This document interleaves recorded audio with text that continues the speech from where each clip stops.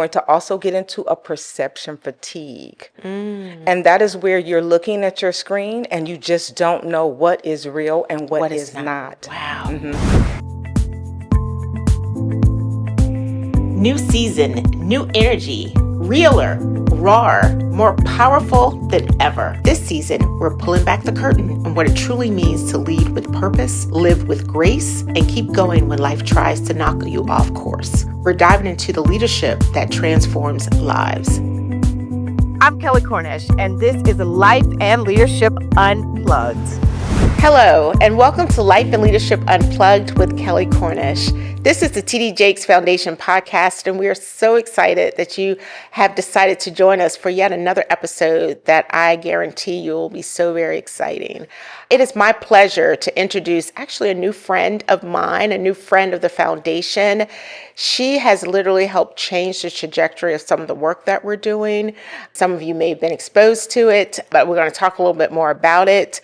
But Miss Alquincia Selolwane, such a beautiful, gracious, and graceful name. Welcome to the podcast. Thank you so much. Thank you so much for having me. I am absolutely honored, and I'm just so captivated by the way that God is ordering steps. Yes. It is a whole thing, and you never know. And I think it's so important when we think about life and we think about leadership. You never know who's going to cross your path. Yes. In a specific time, a specific season, for a specific reason. You never know. And so I feel like that's what happened with us. Yes. So welcome to the podcast. You are a founder, the CEO of Black Virtual Mall. You're an entrepreneur, AI innovator. Yes. That's what I love.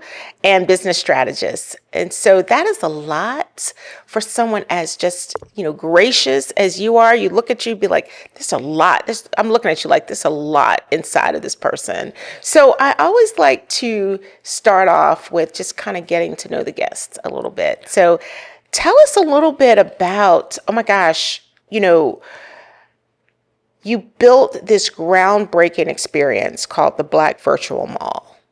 Like, what sparked the idea? And it had to be something that happened that sparked the idea for you. And how did you get it off the ground? Yes, definitely it was. And in fact, it was COVID.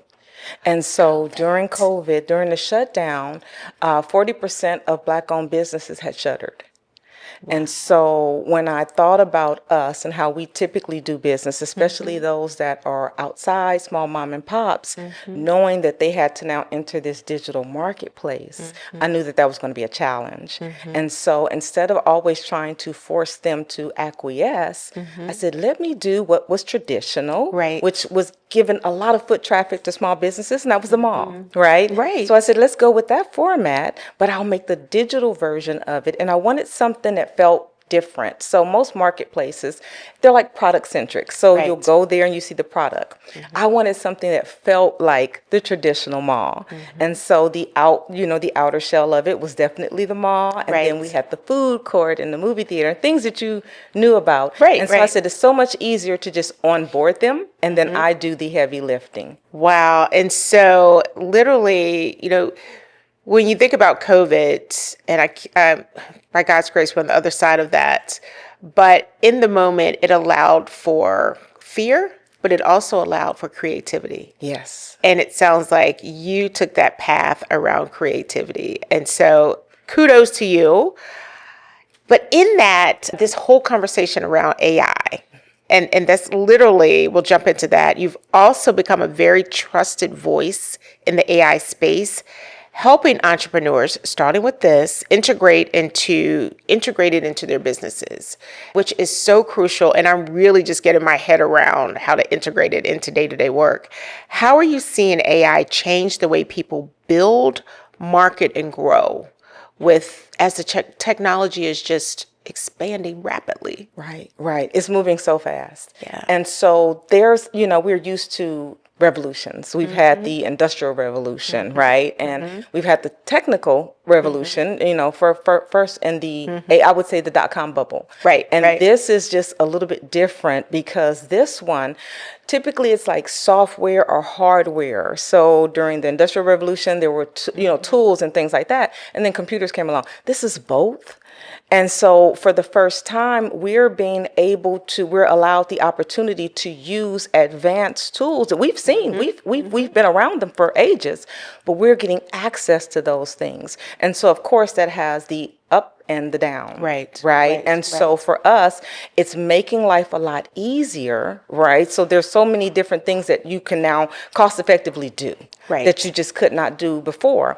But at the same time, of course, larger corporations who have a fiduciary responsibility to their shareholders for efficiency, they're maximizing profit. Yes, they are. And so that's a downside of the AI. But I think the hardest thing right now is that it's moving so fast that people are not getting a chance to get used to it. And so they're feeling intimidated by it. They're feeling replaced by it. And so I think that's one of the hardest challenges right now that people are facing. You know, I'm laughing because I'm enrolled in a CEO class for 9 weeks. The next module is AI. And I was one of those people to say, I don't have time to do this. Like, oh my goodness, why is this a thing? And I'm a CEO. Can't somebody else do that? Literally, that's what I was thinking. And so I forced myself to like look at the first module, and now I am so sold out. And literally because I'm learning in a very short period of time because it is moving so fast. And the way that it's taught, if it's taught correctly, is that you can literally solve problems in the moment. Yes. In the moment, in 30 seconds. And I'm learning in this, and we're learning this at the TD Jakes Foundation through our upskilling and our STEAM and our STEM and incorporating AI.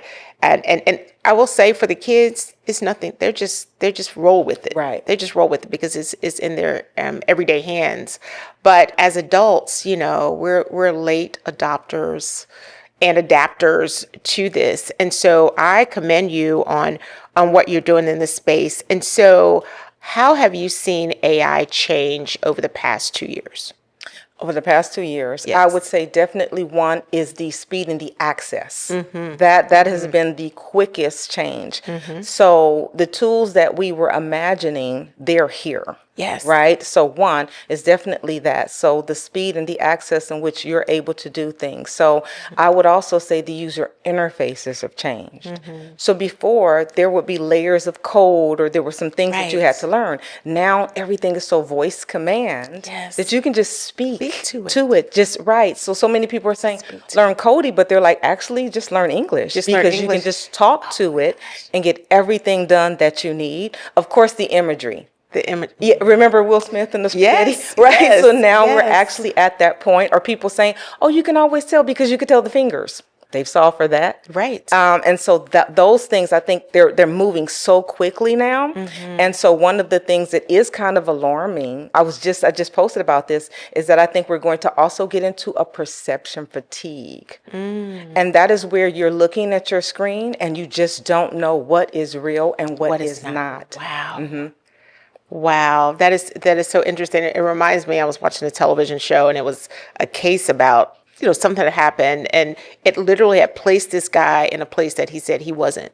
Like I was not. And unfortunately, the jury in this particular show, like they sort of convened around making a decision in favor of the AI, the situation, because it would look so real. And so to your point, the hope, what is real and what is not. And so there's going to be some learning. I'm sure, hopefully there'll be some regulation around that soon. But right now it's just a whole thing. And so I'm smiling because you said a lot of it is voice command now. So my oldest son is a guru in this as well. And he was telling me, he's like, Mom, really, the person who wins in AI is the one who can ask the best questions and feed it the right information. Yes. And then one of the cheat codes is you can ask it for the best questions. Wow. So pretty early on, everyone was talking about prompt engineering. Yes. Right? Yes. And so we were seeing these long, complicated prompts. And so one of the cheat codes that I learned very early on is I went to ChatGPT and I was trying to make these amazing images and I wasn't having that much luck. And so then I asked, her name is Clara, my GPT. Mine is Sebastian. So, Okay. So Clara, I said, Clara, what would be a good prompt for Mid-Journey for this? And when she came back with the details and the setting and the lighting and everything else, I copied and pasted and said, create this image. And then there was the image. And then I said, wait, I can just ask you for the prompt. Yeah. Because ChatGPT literally knows the languages of the other AIs. So Gamma has a certain input, right? Mid-Journey has a certain input.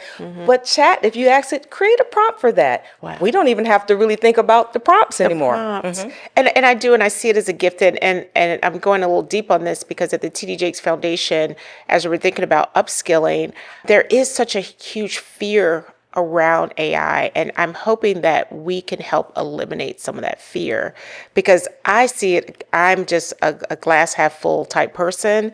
Like, wow, we have another companion. We have another tool that can help us problem solve faster, you know? Yes. And so I'm glad that we're on the side of helping to teach people about that because one job might have gone away, but there's so many other jobs that are opening up. Right. And we have this fear, right? I mean, you can go all the way back to the Luddites. Yes. So with the knitting machine, and they were like, oh no, it's going to take our job. And they were burning down factories, right? Where did all the telephone operators go? Right. So we're used to it, but usually we're the beneficiaries of it. So we don't really feel that. And we're finally actually at our own revolution. So we're kind of like, wait a minute. And I always try to explain to people, I said, okay, biologically and spiritually, I can give you proof of why you are irreplaceable. So when you look at your iris, that is a biometric identifier. Right. And your voice pattern, as well as your heartbeat and your fingerprints and your feet prints. These are scientific bioidentifiers. Well, when you look at it spiritually, this is your vision. This is your voice. This is your passion, what drives you.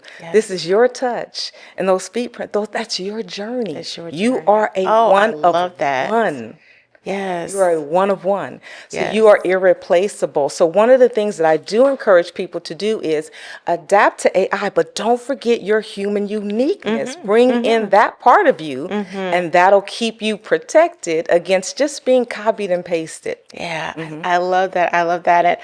And this is so good. And we're going to go to commercial in just a bit. But before I do that, I love what you said. And I recently posted something about, we're here now for a reason. Like it's no mistake that we're living in this time with AI, that we weren't living in the early 1900s, right? You know what I mean? Or the late 1800s. But we're here now. So if we're here now, it's for a purpose to use what has been gifted. Because I see things as like a gift, like you're gifted for this. This is a gift to you and you're gifted to use it. And so I agree with you when you talk about the biological as well as the spiritual, as they say, and where we come from for such a time as this, right? And so this is really good. I'm so excited. We're going to get into, when we get back from the break, about how do you relax in all of this heavy thinking, because it is pretty heavy right now.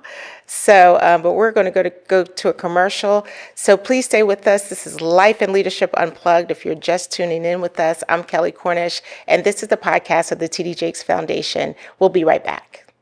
Times are tough. Unemployment is up, and too many families are struggling just to make ends meet. But at the TD Jakes Foundation, we believe that no challenge is too great when a community comes together.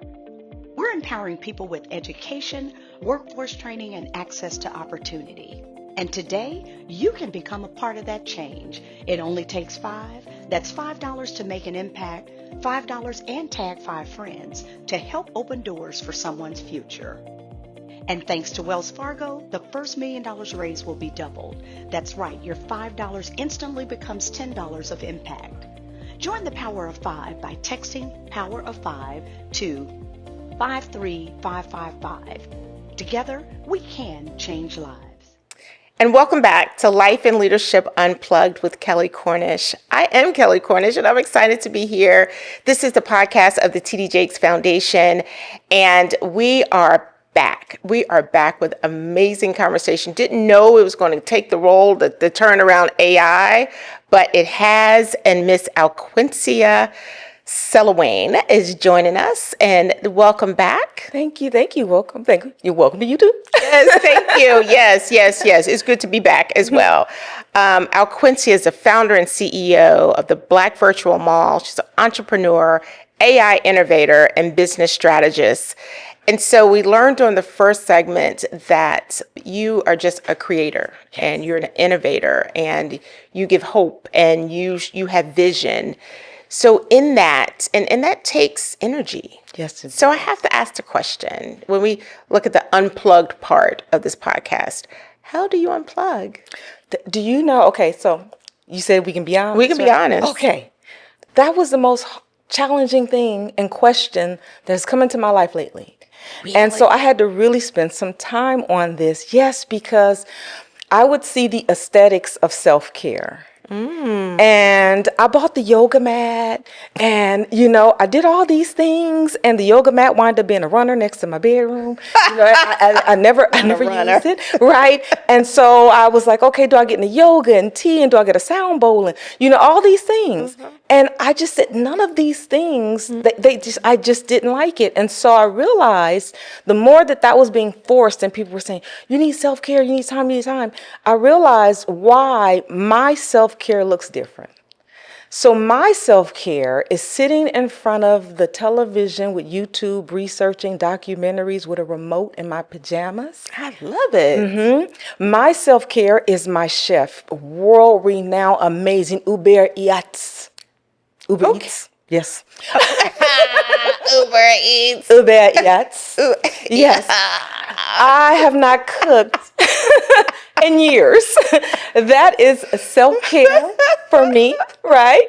And so... Now you have to tell me how to say that in DoorDash, too. Uber Eats. Okay, well, we'll work on that. But and I literally have an apartment that has a bowling alley and gyms and walk paths and all this stuff. And I realized that where I actually get supercharged is helping others find the orchestration and whatever chaos it is. And that usually looks like strategy calls. So I would do that all day for free. Is where I just sit and talk to a person, listen to their problem, and then help them get clarity on that. That does it for me. And so I had to give myself permission to define my self-care. I love it. Thank you. Yes. And I said, well, why am I so struggling with that? And I realized I've been working since I was 15. I was a teen mom. My mom was blind. My father was murdered when I was 15. Wow. I have been a caretaker and an employee since I was 15 years old.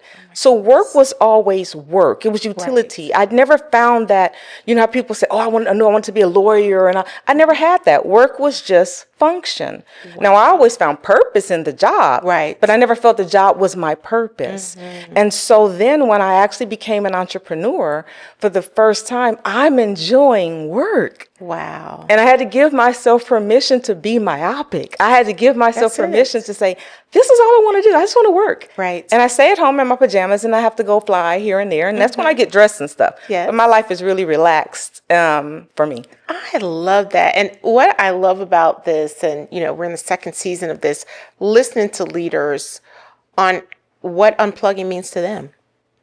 And it's not like this textbook case or, it's very different for different people.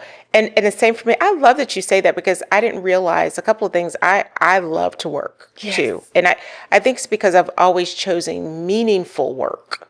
So it hasn't really been work. So I have to decide when I'm going to not think about that thing because it brings me joy when I land on a problem that needs to be solved for. Yes. That is like, then after that, I'm ready to pull out a mug or go for a walk. But that gives me, it fuels me, right? And similar to you, I'm at a point now because I've always been involved with either, mentoring or doing a Bible study or doing something like that. Like that would fuel me too. And I've been running lately. And so, I do it for myself, but doing it with other people in community Like, I love being in small community. Like, that refuels me as well. So, and then you have the grandiose things where you go take a vacation and you go away. And depending on how you schedule that could be stressful too. Right. So you have to make sure you do it unscheduled. You just go and figure it out when you get there. Right. You know what I mean? Right. So I love it. And so as leaders, and we know there's still a journey ahead of us. You have to be so purposeful on what it means to you to refuel. Yes. Yes. Right? Yes. And, lately with the TD Jakes Foundation, we've been really leaning into our purpose outside of Dallas. And so we're on planes all the time. And the other day, I remember just something as simple as tweaking the schedule. So I was supposed to fly out one morning and said, I'm going to fly out that evening. Asked the team, are we good? And literally I was like, we're going to breathe for 4 or 5 hours. Let's go breathe. Let's go see what's happening in New York City. Yes. You know what I mean? And then sit down and go eat a meal that's not rushed. You know what I mean? Like, it was the simplicity of that really gave me my energy. And when I got home, I wasn't tired. Yes. So I do think we can build this into our purpose and our day on how we reset. And that was, for me, was the key. I now book for whatever I do. I fly in the day before and I fly in the day after. I leave the day after. Yeah. And I didn't realize, like, for the first few years, how impactful that was to just land and just be able to breathe and be organized. Because I was always a late person. So I was used to that kind of go, and just like, okay. And you felt energized by that. Yeah. I'm 50 now. Listen. Not so much so. Now it's like, oh, wait a minute. I want to be there. I want to be calm. I want to be careful. And so that part too is that's the self-care too, is giving yourself that freedom to do that. Yes. And so, like you just described, it is really you tuning into what it is that does it for you individually. That's right. And in that season that you're in, because it evolves. Yes. It evolves. I think I have like pieces of what I've done over the years, but they've been placed differently at different times. Right now it's great for me when I'm home to get up in the morning and do devotion. I recently treated myself and bought a home and was able to install a water feature. Oh. And so I get to go out and look at it. It's a little small, little micro spool pool. It's cute. But that's like when I'm not home a lot, but when I am, I can just go out there for 20, 30 minutes in the sun and just breathe. And just that's my little sanctuary. To myself, or my daughter, was I bought a walk, like the treadmill, but it's more of a walk. Yes. So it's not that fast. 5 miles an hour is the max. Okay. And the standing desk. And the standing seat. And so because I had so much guilt about, I gotta go to the gym. I need to start walking. I bought roller skates. I fell, and I just, I said, okay, but I've got to do something. And so that right there was a treat. It was a compromise to say, I love to work and I need to walk. Right. So let's do both. Right. And so that too, finding those pieces coming together. Absolutely. And you're right. Like, as we do this legacy work and as you get older, you're going to have to be intentional about what unplugging looks like for you. Yes. And, the genesis of this podcast is just about that. How you need to pull back before you have to pull back. That part. When you have to pull back, it can be a whole different setup on what resetting looks like. Wow. Right. So it's when God says either you rest or I will rest you. Right. And that part is not what you don't want him to rest you. You do not want that. No. Yes. And I've learned that, even myself in the earlier years was that push, go, and then having to be set down. And so now I am very, until I pay attention now and say, you know what, not today. I'm going to sleep a little later today. So I listen to my body. Yep. But yes, you're absolutely right. I love it. I love it. So people out there, for leaders or emerging leaders, like, I really want you to take some of these gems and think about, how do you reset? And even if you're a student, it could be a walk around the campus where no one else is. Sit under a tree. Just take something, grab your lunch, and just go sit and listen to nature. Yes. It doesn't have to be this lofty trip to Europe. Like, it really doesn't. It could just be in your day-to-day. Yes. So I love that. So as we begin to wrap it up, I want to move back into your entrepreneurship, because with the TD Jakes Foundation, we have 3 pillars around financial inclusion, where we're always trying to teach people about how to make your money work. Yes. from different stages in life. I'm still learning. And then workforce readiness and educational access. So that's the whole upskilling and the AI. And we have a cohort we just kicked off around cybersecurity for a cohort of people. And then in that also, our last pillar is around community transformation and well-being. And so when I think about your journey and I think about economic mobility and entrepreneurship, you said that when you started doing that, you felt like you found a place. Yes. Talk to us about the joy and the value of entrepreneurship. Yes, and that part too, I think is when you said the pieces coming together. There was so much random activity it felt like in my life because it was just, you do what you have to, you get a job, you do this, you do that, you're problem solving. And so entrepreneurship felt like the place where all of these random seemingly skills and tools all came together. And so that's the part that I think where I didn't feel the need to sit or rest. I'm like, I feel like I'm just getting started. Right. And they're finally starting to coalesce together. And so in the same vein, finding that big purpose. So even when I do strategy calls, a lot of times I find myself giving someone a solution for something that caused me great pain. Wow. And then you come back around and say, oh, you know what? I did this and I did that. And then you're like, okay, so God, none of my pain was ever in vain.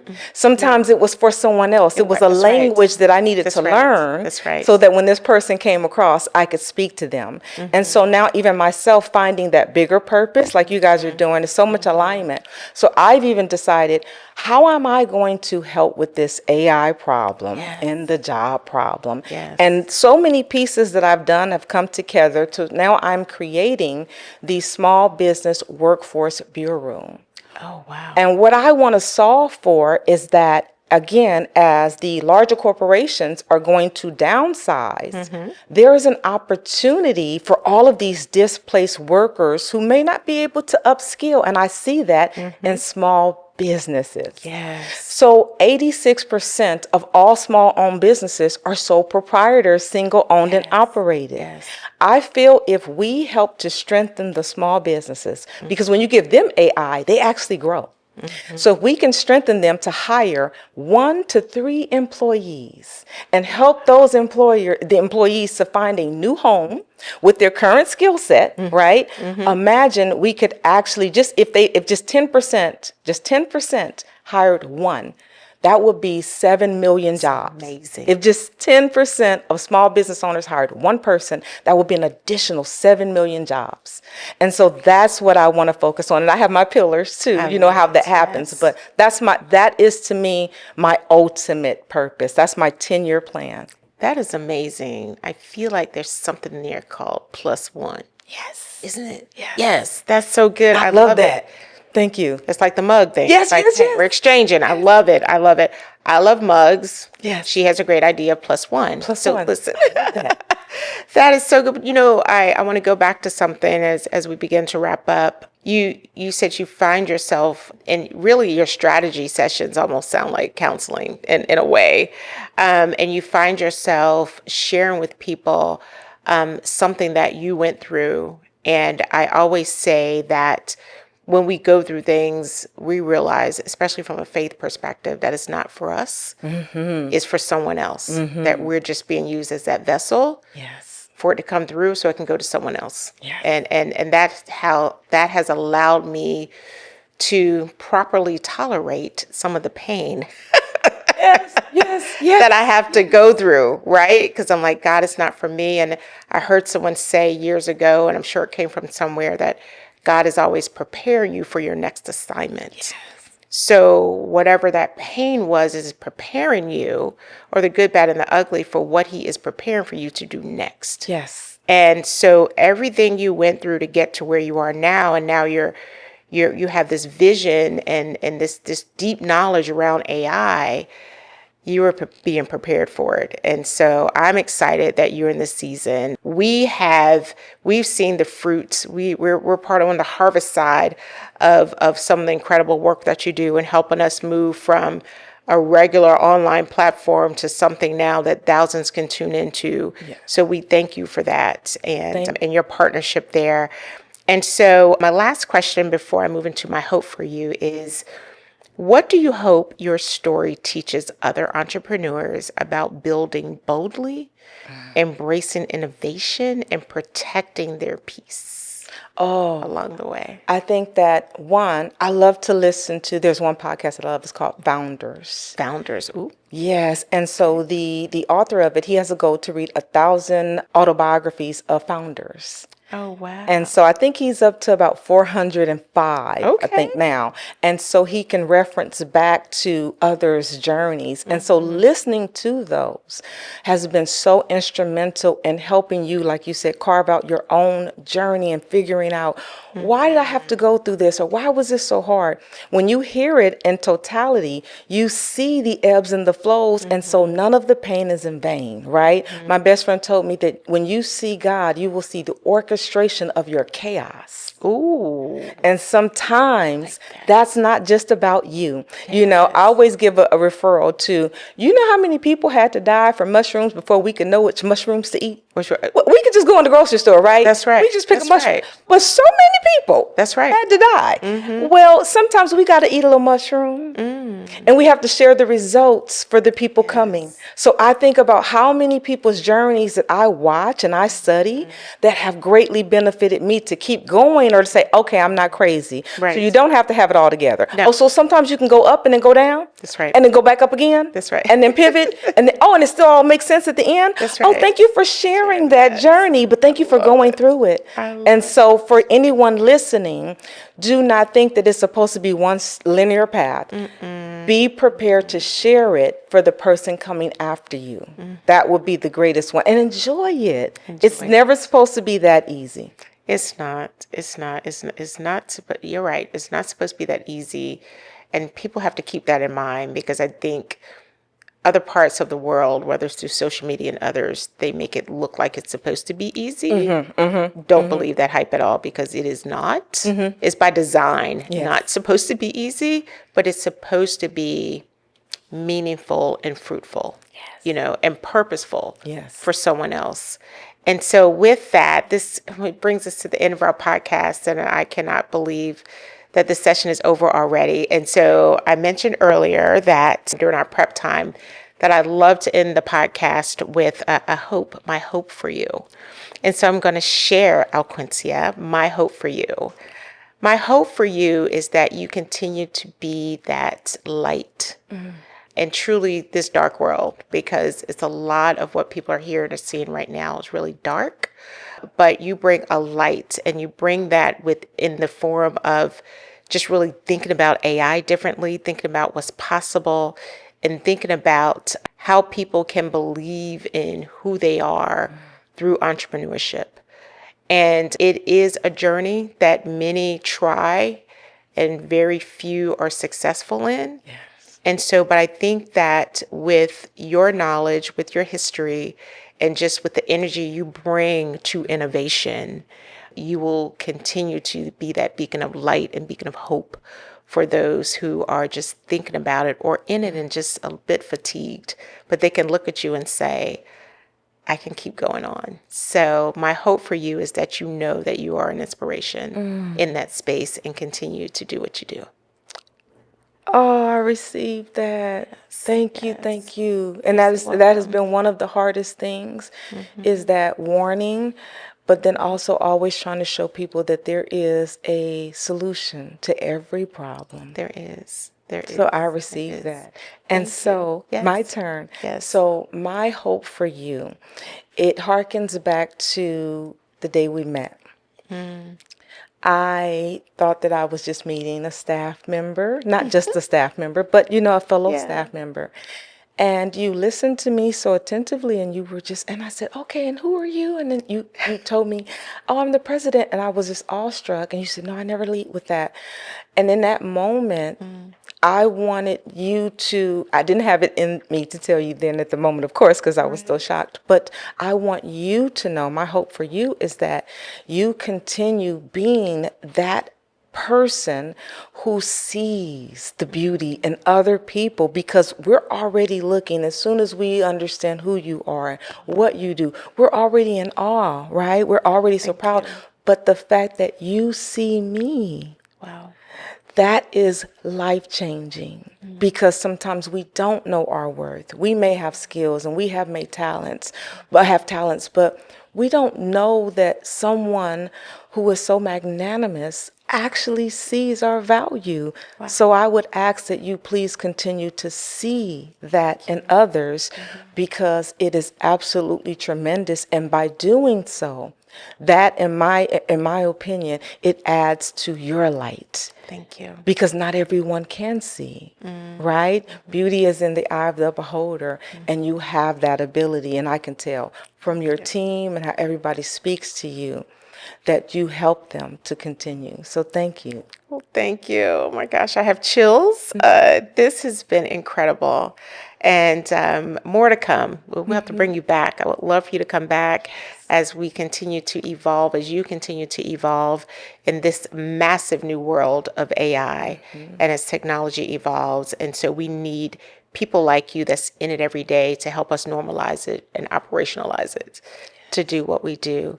So again, thank you for being our guest. Thank you. Thank you so much for having me. Absolutely. Everyone, thank you so much for joining this episode of Life and Leadership Unplugged with Kelley Cornish. This is the TD Jakes podcast of the TD Jakes Foundation, and we're just in awe of the work of others and how they form partnerships with us. And I would like to close by again thanking Alquincia Selolwane. I just love the name. You have to pause to say it because it's so beautiful. We've had a great time, and I just encourage everyone to learn more about her, to follow her, and to continue to tune in to Life and Leadership Unplugged with Kelley Cornish. Thank you.